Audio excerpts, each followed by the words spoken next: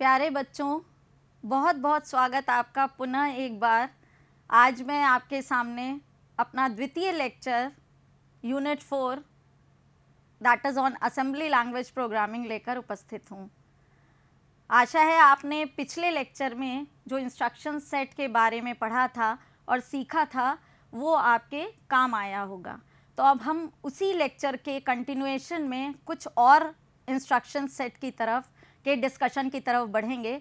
तो आज मैं ई लेक्चर की इस श्रृंखला में द्वितीय लेक्चर के साथ आपके समक्ष उपस्थित हूँ। सोनिया माथुर, विभागाध्यक्ष इलेक्ट्रॉनिक्स इंजीनियरिंग, राजकीय पॉलिटेक्निक बाराबंकी। आज जिन टॉपिक्स को हम डिस्कस करेंगे वो है advanced instruction set in 8085, addressing modes of 8085, data formats in 8085 and some simple programs which are written in assembly language for 8085.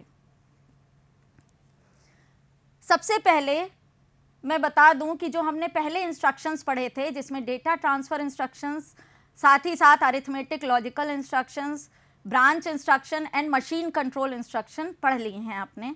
उनमें कुछ लिमिटेशन है, जैसे 16 बिट एडिशन नहीं कर सकते, 16 बिट के नंबर के साथ हम कोई भी ऑपरेशन प्रोग्राम कंट्रोल को शिफ्ट करने के लिए प्रोग्राम काउंटर में नहीं दे सकते। तो यहाँ पर कुछ एडवांस इंस्ट्रक्शंस और हैं जो उसकी माइक्रो प्रोसेसर की प्रोग्रामिंग कैपेसिटी को और बढ़ा देते हैं। तो सबसे पहले हम बताते हैं DA instruction. This DA instruction is actually decimal adjust accumulator.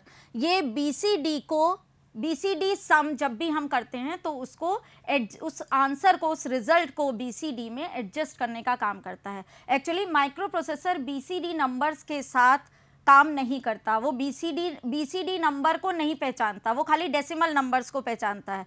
तो जब भी हम BCD नंबर्स का एडिशन करते हैं, स्पेशली एडिशन फंक्शन जब हम परफॉर्म करते हैं फॉर BCD नंबर्स, तो जब ऐड होता है तो आंसर में अगर कोई भी एक डेटा बाइट 4 के ग्रुप में जब एडिशन करते हैं तो नंबर 4 से बड़ा हो जाता है। यानी the number can be 4 bit में वो नंबर इंक्रीज कर सकता है 9 से।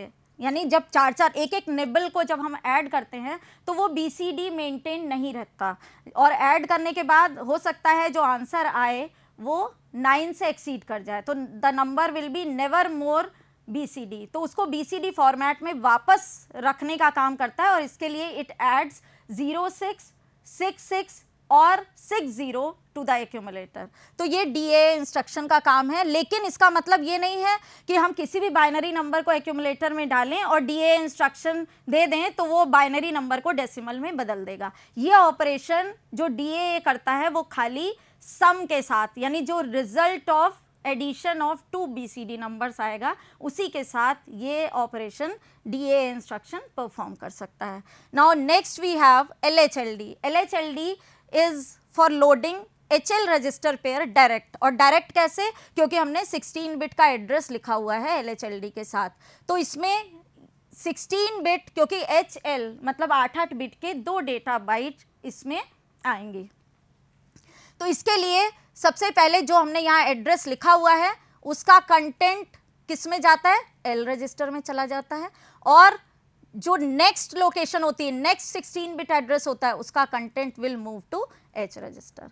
Similarly there is one more instruction जो HL रजिस्टर के कंटेंट को कंसेक्यूटिव मेमोरी लोकेशंस पे ट्रांसफर करता है। जैसे जो एड्रेस हमने मेमोरी लोकेशन का यहाँ दिया है उस पर L का कंटेंट आ जाएगा और जो नेक्स्ट एड्रेस होगा that will be storing the content of H। तो दीज 2 इंस्ट्रक्शंस HL के साथ डील करने के लिए काम आते हैं। इसके बाद कुछ एक्सचेंज इंस्ट्रक्शंस हैं, स्पेशल इंस्ट्रक्शंस, जैसे XCHG। It will exchange the contents of HL and DE। मतलब H रजिस्टर का कंटेंट D रजिस्टर के कंटेंट के साथ एक्सचेंज हो जाएगा, इसी तरह से L रजिस्टर का कंटेंट E रजिस्टर के कंटेंट के साथ एक्सचेंज हो जाएगा। Then we have one more exchange instruction that is XTHL। XTHL क्या करता है? ये टॉप ऑफ स्टैक के साथ डील करता है। जैसे हमने बताया था स्टैक क्या है? मेमोरी लोकेशन है। तो जो टॉप ऑफ द स्टैक है उन 2 लोकेशंस का कंटेंट HL के साथ एक्सचेंज हो जाता है। और इसमें बहुत आसानी ये है समझने के लिए कि the contents of L are exchange with the contents of the memory location shown by stack pointer and the contents of H are exchange with the contents of next stack memory location. ठीक है, और again stack pointer अपने जो maximum occupied location है उसको point करने लगता है। इसके बाद आता है SPHL, यानी स्टैक पॉइंटर रजिस्टर में हम डायरेक्टली कॉपी कर सकते हैं स्टैक पॉइंट रजिस्टर में HL का कंटेंट। मतलब कोई भी एड्रेस अगर हम स्टैक मेमोरी लोकेशन के लिए देना चाहते हैं तो हम इस इंस्ट्रक्शन की हेल्प से स्टैक पॉइंटर को दे सकते हैं। कोई भी एड्रेस जो मेमोरी लोकेशन जहां से हम बिगिन करना चाहते हैं स्टैक को, वो हम आसानी से दे सकते हैं। Then we have PCHL। PCHL program counter के साथ डील कर रहा है। ये H और L का कंटेंट कॉपी करता है प्रोग्राम काउंटर रजिस्टर में, जो कि एड्रेस होल्ड करता है from where the next instruction is to be fetched. इसके बाद कुछ अरिथमेटिक और अरिथमेटिक इंस्ट्रक्शंस और हैं, जैसे डैड, DAD। डैड के साथ हम क्या लिखते हैं, एक रजिस्टर पेयर लिखते हैं, और ये रजिस्टर पेयर क्या हो सकता है, BC। हम कभी भी रजिस्टर पेयर अगर लिखते हैं तो पूरा BC नहीं लिखते, वी राइट ओनली B। इसी तरह से DE के लिए वी राइट D और HL के लिए वी राइट H ओनली। तो जो भी रजिस्टर पेयर हैं उनमें DAD यानी 16 बिट का एडिशन ऑपरेशन हम DAD की हेल्प से परफॉर्म कर सकते हैं। और इसमें एक्यूमुलेटर क्योंकि 8 बिट का होता है, it can not perform any 16 bit operation. तो 16 बिट के ऑपरेशन के लिए एक कंटेंट HL रजिस्टर एक्यूमुलेटर वाला काम करता है। मतलब जो HL रजिस्टर का कंटेंट है it will be added with the content of specified register pair and the answer will be stored in HL register pair only. और इसमें भी carry flag will be affected, but बाकी कोई भी flag affected नहीं होता। ठीक है, इसके बाद ऑपरेशन आता है ADC। इसमें एडिशन विद कैरी। तो कैरी के साथ एडिशन जब भी हमें करना हो, मतलब अगर हम 3 बाइट्स को ऐड कर रहे हैं तो पहली 2 बाइट्स ऐड करने के बाद ऐसा हो सकता है कि कैरी आए, तो थर्ड बाइट जब हम उस सम में ऐड करने जाते हैं तो कैरी इंक्लूड नहीं हो पाता था। अब यहाँ पर क्या है कि कैरी इंक्लूड करते हुए एडिशन होगा। तो these instructions add the content of operand, the carry and the accumulator. और ऑपरेंड रजिस्टर हो सकता है, मेमोरी हो सकता है, या immediately 8 bits can be added. इसमें भी सारे फ्लैग्स अफेक्टेड हो जाते हैं। Now next we have SBB। SBB का मतलब इट सब्ट्रैक्ट्स विद बोरो। बोरो अगर जैसे एडिशन में अगर कैरी है तो उसको हम इंक्लूड करते हुए नेक्स्ट एडिशन परफॉर्म कर सकते हैं थर्ड बाइट के लिए। और यहाँ पर भी हम these instructions subtract the contents of operand borrow from the content of accumulator. तो यहाँ पर भी हम रजिस्टर, मेमोरी या डायरेक्टली 8 बिट्स दे सकते हैं। इसके बाद आता है कॉम्प्लीमेंट द कैरी, यानी कैरी फ्लैग को इसमें भी कोई ऑपरेंड लिखने की आवश्यकता नहीं है। दिस इज सेल्फ एक्सप्लेनेटरी कि it will complement the carry flag. ये कैरी फ्लैग को सेट या रीसेट करने के लिए वी हैव दीज 2 इंस्ट्रक्शंस। दूसरा इंस्ट्रक्शन है STC, it will set the carry flag.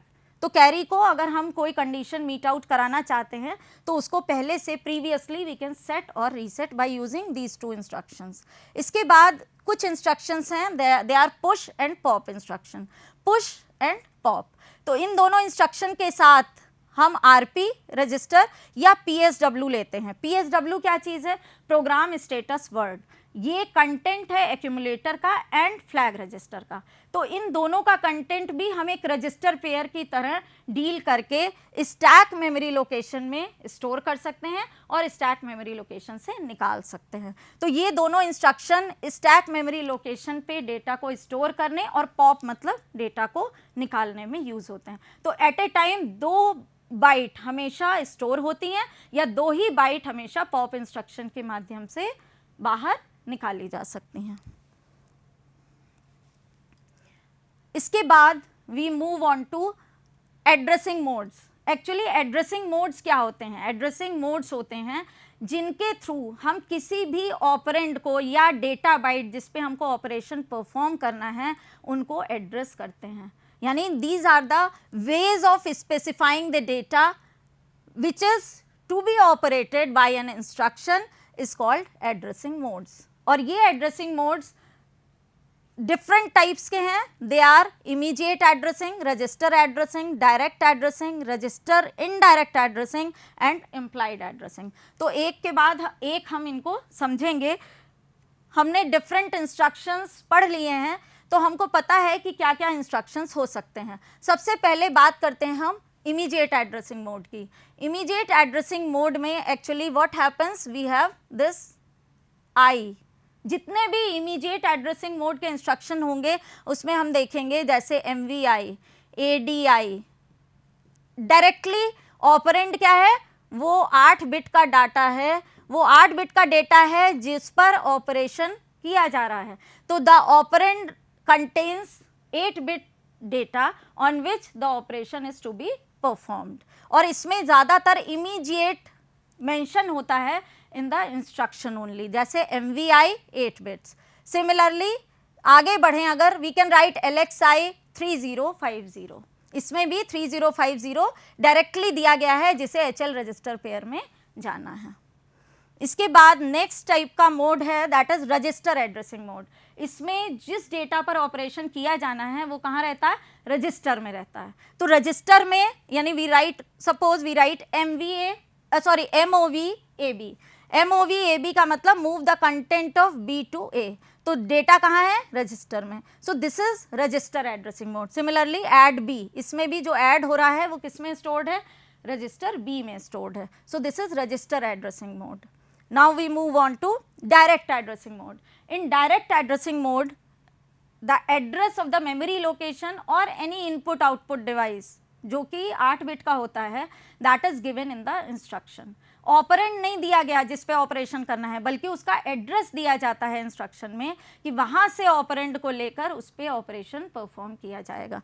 तो इसके एग्जाम्पल्स हैं जैसे LDA 2050। LDA 2050 में ये क्या है, this is the memory address, जहां का डेटा किस में जाएगा, एक्यूमुलेटर में जाएगा। ये 2050 नहीं जाएगा, बल्कि 2050 लोकेशन पे whatever is stored will move to accumulator.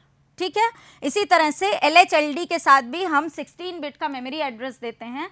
तो उन दो मेमोरी एड्रेस यानी कंसेक्यूटिव मेमोरी लोकेशन से कंटेंट H और L रजिस्टर में लोड हो जाता है। इसके बाद आगे बढ़ते हैं, that is register indirect addressing mode. Register indirect addressing mode में हम जैसे इसका एक एग्जांपल लेके मैं बताना चाहूंगी, दैट इज LDAX-B। LDAX-B का मतलब क्या है, load the content of memory location to the accumulator whose address is given in register pair BC और DE।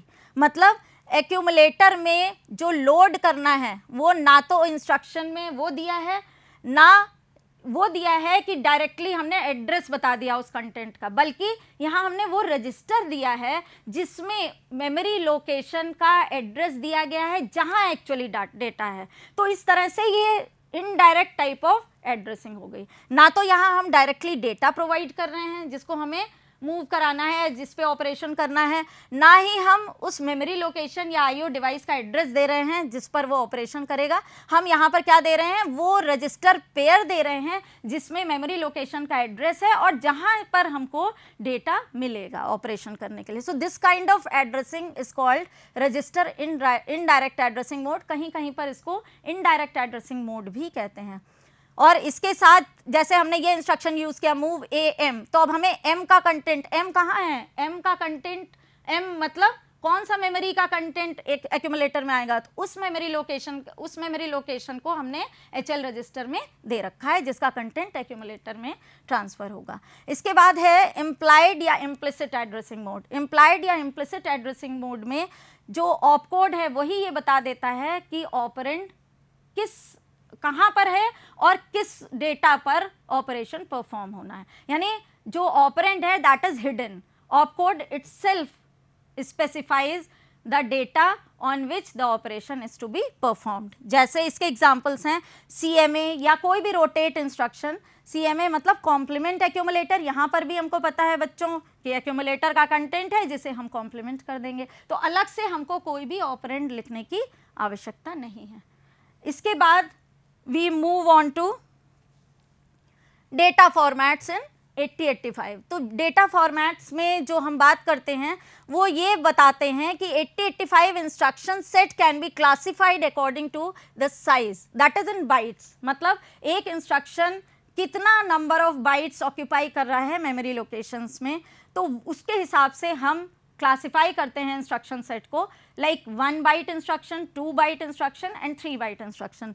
तो जो 1 बाइट इंस्ट्रक्शन है उसमें ऑपकोड और ऑपरेंड एक ही बाइट ऑक्यूपाई करता है। जब हम इस इंस्ट्रक्शन को स्टोर करेंगे मेमोरी में तो it will occupy only 1 byte, so this is called 1 byte instruction. जैसे इसका एग्जाम्पल है मूव CA या एड B या हॉल्ट या subtract A or subtract, we can write C or we can write any register R. So these can be used with the instructions which occupy 1 byte only. Now next we move on to 2 byte instructions. 2 byte instructions वो instructions होते हैं जो कि 2 memory bytes occupy करते हैं अगर उनको store किया जाए। मतलब इसमें ऑपकोड 1 बाइट यूज करता है और 1 byte is used by operand. तो इसका एग्जांपल है जैसे MVI A 32H हमने लिखा, तो MVI इज व्हाट, ऑपकोड जो कि 1 बाइट ऑक्यूपाई करेगा, यानी it will occupy 1 byte and another byte will be occupied by 32H. 32H will occupy second byte. ठीक है, तो ये 2 बाइट के इंस्ट्रक्शन हो गए। जो 3 बाइट के इंस्ट्रक्शन है उसमें ऑपकोड, जैसे LXI ऑपकोड है, opcode will occupy 1 byte whereas operand will occupy 2 bytes. ये 2 बाइट्स ऑक्यूपाई कर रहा है। जैसे LXI H 2050, तो LXI 1 बाइट ऑक्यूपाई करेगा, 1 बाइट 20 और 50 में 20 ऑक्यूपाई करेगा और 1 बाइट 50 ऑक्यूपाई करेगा, तो it will occupy 3 bytes. Similarly LDA में भी ये ऑपकोड 1 बाइट ऑक्यूपाई करेगा और 2 बाइट का ऑपरेंड है, तो total 3 bytes will be occupied. इसके बाद अब हम कुछ प्रैक्टिस प्रॉब्लम्स करेंगे जिनमें हम देखेंगे कि इन इंस्ट्रक्शन सेट को हम किस तरह प्रोग्रामिंग के लिए यूज़ करते हैं। तो जैसे एक सिंपल हमने प्रोग्राम लिया है कि the memory 2050 holds the data byte F7H। Now you have to write the instructions to transfer the data byte to the accumulator. अब हम अलग अलग 3 इंस्ट्रक्शन यूज़ करेंगे बाई डिफरेंट ऑपकोड्स के साथ। हमें क्या करना है, मूव कराना है मेमोरी लोकेशन का कंटेंट कहाँ, एक्यूमुलेटर में। तो सिंपली हमें जो इंस्ट्रक्शन पता है we can write move AM, memory का कंटेंट एक्यूमुलेटर में आ जाएगा। लेकिन हमने बताया था जब भी हम इस इंस्ट्रक्शन को मेमोरी के साथ यूज करते हैं we have to give the address of the memory location in the register pair HL। तो इससे पहले हमको क्या लिखना पड़ेगा, LXI H 2050H। इसी तरह से एक दूसरा इंस्ट्रक्शन भी हम यूज कर सकते हैं इस ऑपरेशन के लिए, दैट इज LDAX-B। LDAX-B का मतलब क्या है, इट विल गिव, लोड करेगा, ये क्या करेगा, ये इंस्ट्रक्शन क्या करेगा, एक्यूमुलेटर को लोड कराएगा with the content of memory location whose address is given in register pair BC। तो BC रजिस्टर पेयर में वो एड्रेस होना चाहिए। कंटेंट तो मेमोरी से आ जाएगा लेकिन किस मेमोरी से आएगा उसको हमें LXI B की हेल्प से इस B रजिस्टर में, यानी BC रजिस्टर पेयर में, B लिखते हैं रजिस्टर पेयर को, तो BC रजिस्टर पेयर में हमको उससे पहले address of the memory location store कराना पड़ेगा। So before writing this instruction we have to write LXI B 2050। इसके अलावा एक तीसरा इंस्ट्रक्शन है जो बहुत आसान है, सीधे सीधे हम मेमोरी एड्रेस स्पेसिफाई कर दें, like we can write LDA 2050। तो 2050 का कंटेंट अपने आप एक्यूमुलेटर रजिस्टर में आ जाएगा। अब हम कुछ और प्रॉब्लम्स करते हैं, थोड़ी सी डिफ़िकल्ट प्रोग्रामिंग पे आते हैं। इसमें वी आर राइटिंग इंस्ट्रक्शन जैसे for 16 bytes of data are stored in memory locations starting at 2050H to 205FH। हम सभी जगह हेक्साडेसिमल को भी मेंशन करते हैं। तो इसमें जो मेमोरी लोकेशन है उसमें 16 बाइट ऑफ डेटा स्टोर्ड है, 16 बाइट्स हैं जो किसी मेमोरी लोकेशन पर स्टोर की गई हैं। उनको हमें क्या करना है, we have to transfer the entire block of data to new memory locations which are starting at 2070। इस पूरे ब्लॉक ऑफ डेटा को हमको उठाकर दूसरे मेमोरी लोकेशन पे ले जाना है, 16 बाइट्स ऑफ डेटा को। तो अब हम इसको कैसे ले जाएंगे, तो हमें ये पता है कि हमें क्या करना पड़ेगा, we have to just give the address of जो जहां ऑलरेडी डेटा स्टोर्ड है, उन मेमोरी लोकेशन का एड्रेस हमको एक रजिस्टर पेयर में इनिशिएट कराना पड़ेगा, और एक दूसरे रजिस्टर पेयर में हम उस मेमोरी लोकेशन का एड्रेस इनिशिएट कराएंगे जिस पर डेटा को मूव करके ले जाना है। तो इन दोनों को पहले हम इनिशिएट कराएंगे, इनिशियलाइज कराएंगे। उसके साथ साथ हमें काउंटिंग भी करनी है, क्योंकि 16 बाइट डेटा की शिफ्ट करनी है एक मेमोरी लोकेशन से दूसरे मेमोरी लोकेशंस पर। तो हम एक काउंटर भी सेट करेंगे जो 16 पे सेट कर देंगे। अब जैसे जैसे एक एक बाइट शिफ्ट होती जाएगी वैसे वैसे ही काउंटर डिक्रीमेंट होता जाएगा, और जैसे ही ये डिक्रीमेंट होते होते काउंटर 0 पे पहुंच जाएगा, प्रोग्राम कंट्रोल प्रोग्राम का एग्जीक्यूशन स्टॉप कर देगा, मतलब वो काम स्टॉप कर देगा और एंड हो जाएगा प्रोग्राम। तो सबसे पहले इसके लिए देखिए हमने इंस्ट्रक्शन लिखा, यहाँ पर we are specifying memory addresses.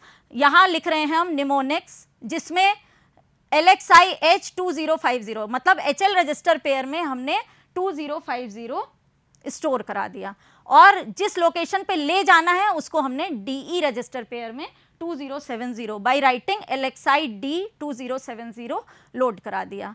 अब ये हमने क्या सेट किया है, we have set the counter हमने B रजिस्टर को बना दिया, और B रजिस्टर में हमने 10 लोड कराया है। 10 मूव कराने का मतलब क्या है, 16 हम मूव करा रहे हैं, क्योंकि हेक्साडेसिमल में 16 को हम 10 से इंडिकेट करेंगे। तो ये काउंटर में हमारा 16 सेट हो गया। अब हम इस मेमोरी लोकेशन से डेटा को निकालेंगे। यहाँ हम निकाल के ले आए। इस मेमोरी लोकेशन का कंटेंट एक्यूमुलेटर में आ गया, क्योंकि हमने मूव AM लिखा, तो M का कंटेंट एक्यूमुलेटर में आएगा। कौन से M का कंटेंट आएगा, जिसका एड्रेस HL रजिस्टर पेयर में, तो 2050 का कंटेंट एक्यूमुलेटर में आ जाएगा। और उसके बाद अब इसको हमें कहाँ डालना है, नई मेमोरी लोकेशन पे डालना है। तो we'll use STAX D. STAX D क्या करेगा कि एक्यूमुलेटर के कंटेंट को उस मेमोरी लोकेशन पे ट्रांसफर करेगा जिसका कि एड्रेस DE रजिस्टर पेयर में है। तो DE में हमने 2070 लिखा है, इसलिए यहां पर क्या काम हो जाएगा कि एक्यूमुलेटर का content will move to location 2070, और यही हमें करना था। तो ये एक बाइट पूरी हो गई। इसी तरह से अब हम क्या करेंगे, नेक्स्ट लोकेशन पे HL पे नेक्स्ट लोकेशन पे जाएंगे। इसी तरह से LXI D में जो हमने डाला था उसको भी इंक्रीमेंट कर देंगे, तो नेक्स्ट मेमोरी लोकेशन आ जाएगी। एंड एक बाइट क्योंकि पूरी हो गई तो B को भी डिक्रीमेंट करेंगे। अब यहाँ पर देखिए जंप इंस्ट्रक्शन का यूज है। यहाँ पर क्या यूज है, वी राइट JNZ, मतलब जब तक 0 नहीं होगा, 0 कौन सा किसका 0 देखेगा, ये B रजिस्टर का देखेगा। जब तक रजिस्टर B में 0 नहीं होगा, प्रोग्राम कंट्रोल कहाँ चला जाएगा, वापस 2008 लोकेशन पे, मतलब नेक्स्ट बाइट एक्यूमुलेटर में आएगी और एक्यूमुलेटर से वापस अनदर मेमोरी लोकेशन पे चली जाएगी। तो दिस प्रोसेस विल कंटिन्यू, यानी ये जो लूप है ये कंटिन्यू करता रहेगा जब तक कि B का कंटेंट 0 ना हो जाए, और जैसे ही 0 हो जाएगा प्रोग्राम खत्म हो जाएगा, वील राइट हॉल्ट इंस्ट्रक्शन। सबको समझ में आई ये बात। Now we have one more program, that is we have to write a program to add two 8-bit numbers 39H and 99H, और हम इस रिजल्ट को स्टोर करना चाहते हैं 2052 मेमोरी लोकेशन पे, और अगर कैरी जनरेट होता है तो उसे 2053 पे स्टोर करना चाहते हैं। तो सबसे पहले हम इसको बिगिन करेंगे और वील राइट हमें क्या करना है, हमको पहले दो नंबर्स को ऐड करना है। तो इन दोनों में से एक नंबर को हम एक्यूमुलेटर में पहुंचा दें और दूसरे नंबर को किसी और रजिस्टर में पहुंचा दें, और साथ ही साथ हम कैरी अगर जनरेट होता है तो उसके लिए भी एक रजिस्टर असाइन कर दें। तो हमने इसके लिए क्या किया कि MVI C00H, यानी कैरी जो भी जनरेट होगा उसके लिए this register is assigned. So this is for carry. ये कैरी के लिए हमने C रजिस्टर को असाइन कर दिया, और इनिशियली कोई कैरी नहीं है तो हमने इसमें 00H डाल दिया। इसके बाद 39H को हमने कहाँ ले आए, एक्यूमुलेटर में ले आए, क्योंकि इमीडिएटली डेटा स्पेसिफाई कर रहे हैं इसलिए हम MVI A39H लिखेंगे। उसके बाद वील डू ऐड ऑपरेशन, हम यहाँ पर ऐड इंस्ट्रक्शन भी लिख सकते थे, लेकिन उसके लिए हमको पहले इस 99H को किसी दूसरे रजिस्टर में ले जाना पड़ता, फिर उस रजिस्टर के डेटा को हम ऐड करते। इससे हमने डायरेक्टली यहाँ पर ADI इंस्ट्रक्शन यूज़ कर लिया, इसमें बिट्स को, बाइट जो भी बाइट है उसको डायरेक्टली स्पेसिफाई करा, and that byte will be added with the content of accumulator. तो हमें क्या मिल गया, 39H ऐड हो जाएगा 99H के साथ। अब अगर हमें ये देखना है कि कैरी जनरेट होता है कि नहीं, हो सकता है कैरी जनरेट हो सकता है कैरी ना जनरेट हो। तो अगर कैरी नहीं हुआ है जनरेट, तो हम क्या करेंगे, 200A पर हमने फिर जंप इंस्ट्रक्शन यूज किया, jump on no carry. Carry नहीं है तो हम 200A लोकेशन पर चले जाएंगे, मेमोरी एड्रेस पर चले जाएंगे, और यहाँ पर क्या ऑपरेशन करेंगे, एक्यूमुलेटर के कंटेंट को, यानी एक्यूमुलेटर में क्या है, दोनों का एडिशन रिजल्ट है, उस रिजल्ट को हम 2052 मेमोरी लोकेशन पे ट्रांसफर कर देंगे। और अगर कैरी आता है, मान लो कैरी आता है, तो कैरी आएगा तो ये वाली कंडीशन से प्रोग्राम कंट्रोल ट्रांसफर नहीं होगा, बल्कि नेक्स्ट लोकेशन पे प्रोग्राम एग्जीक्यूशन जाएगा, इंक्रीमेंट हो जाएगा सी का कंटेंट, मतलब कैरी आया 1 तो it will be stored in register C, और फिर उसके बाद हम मूव AC यानी सी के कंटेंट को एक्यूमुलेटर में ले जाएंगे, और फिर से एक्यूमुलेटर के कंटेंट को नेक्स्ट मेमोरी लोकेशन 2053 पर ले जाएंगे। तो इस तरह से ये सारे के सारे जो भी प्रोग्राम हैं उसमें we are seeing loop, we are seeing jump instruction, we are seeing MVI, ADI and so many instructions we are using here just to make you sure कि आपको ये जो हमने instruction set समझाया इसको प्रोग्रामिंग में कन्वर्ट करने में कोई भी परेशानी ना हो। और लास्ट में we always write halt. Halt क्या करेगा, स्टॉप कर देगा एग्जीक्यूशन को, और जब हॉल्ट स्टॉप कर देगा एग्जीक्यूशन को it will remain in wait state, ये वेट स्टेट में पड़ा रहेगा। तो इस तरह से हम कोई भी प्रोग्राम लिख सकते हैं। You can write addition of 2 numbers, you can write subtraction of 2 numbers. इसके अलावा हम 16 बिट के एडिशन को भी इसमें लिख सकते हैं। 16 बिट के एडिशन प्रोग्राम को लिखने के लिए 2 16 बिट नंबर्स को अगर हम ऐड करना चाहते हैं तो हमें 2 कंसेक्यूटिव मेमोरी लोकेशंस पर वो नंबर पड़े होंगे, जिनको हम HL रजिस्टर पेयर में डायरेक्टली लोड करा देंगे। कैसे लोड कराएंगे, बाय राइटिंग LHLD, और LHLD से HL रजिस्टर पेयर में वो 16 बिट का नंबर आ जाएगा, और दूसरा 16 बिट का नंबर हम किसी भी रजिस्टर पेयर में, BC रजिस्टर पेयर में डाल देंगे। जब ये दोनों LHLD करा, फिर हम इसे BC में शिफ्ट कर दें। BC में शिफ्ट करने के बाद दूसरे नंबर को HL रजिस्टर पेयर में ले आएँ, और फिर दोनों नंबर को हम HL रजिस्टर पेयर यूज़ करके ऐड कर सकते हैं। और ऐड करने के बाद हम इसे क्या करेंगे, क्योंकि हमने पढ़ा डैड इंस्ट्रक्शन, तो डैड इंस्ट्रक्शन यूज़ करेंगे 16 बिट को ऐड करने के लिए, 2 16 बिट नंबर्स को, और जब हम ऐड कर देंगे then what will be the result, result HL pair में रहेगा, जिसको कि हम मेमोरी लोकेशंस पे, 2 कंसेक्यूटिव मेमोरी लोकेशंस पे फिर से स्टोर करा सकते हैं। तो इस तरह से हम कोई भी प्रोग्राम जो लिखना चाहेंगे इन्हीं इंस्ट्रक्शंस को यूज़ करके लिख सकते हैं। यहाँ पर भी मैंने जिन बुक्स को रेफ़र किया है, you can also refer them, और आपको इसमें और डीप जानकारी मिलने में सहयोग मिलेगा। मुझे उम्मीद है कि आपको ये लेक्चर प्रभावी लगा होगा और पसंद आया होगा, and you will be able to write assembly language programs also, क्योंकि जब पेपर में आता है तो इंस्ट्रक्शन भी पूछे जाते हैं और प्रोग्रामिंग भी पूछी जाती है। तो I hope you must have got how to write program and what are the instructions, what is their function, and how we can use the different instructions so that we require less memory space to write a program। वही programme सबसे अच्छा होता है जो कम से कम memory space में आ जाए। तो thank you so much for listening me. मुझे सुनने के लिए आप सभी का बहुत बहुत धन्यवाद, और मुझे उम्मीद है कि आपको ई लेक्चर्स की मदद से बहुत सारी जानकारियाँ मिल रही हैं और आगे भी मिलती रहेंगी, और अगर आप सभी ने चाहा तो मैं पुनः आपके समक्ष उपस्थित होंगी। बहुत बहुत धन्यवाद। Thank you so much.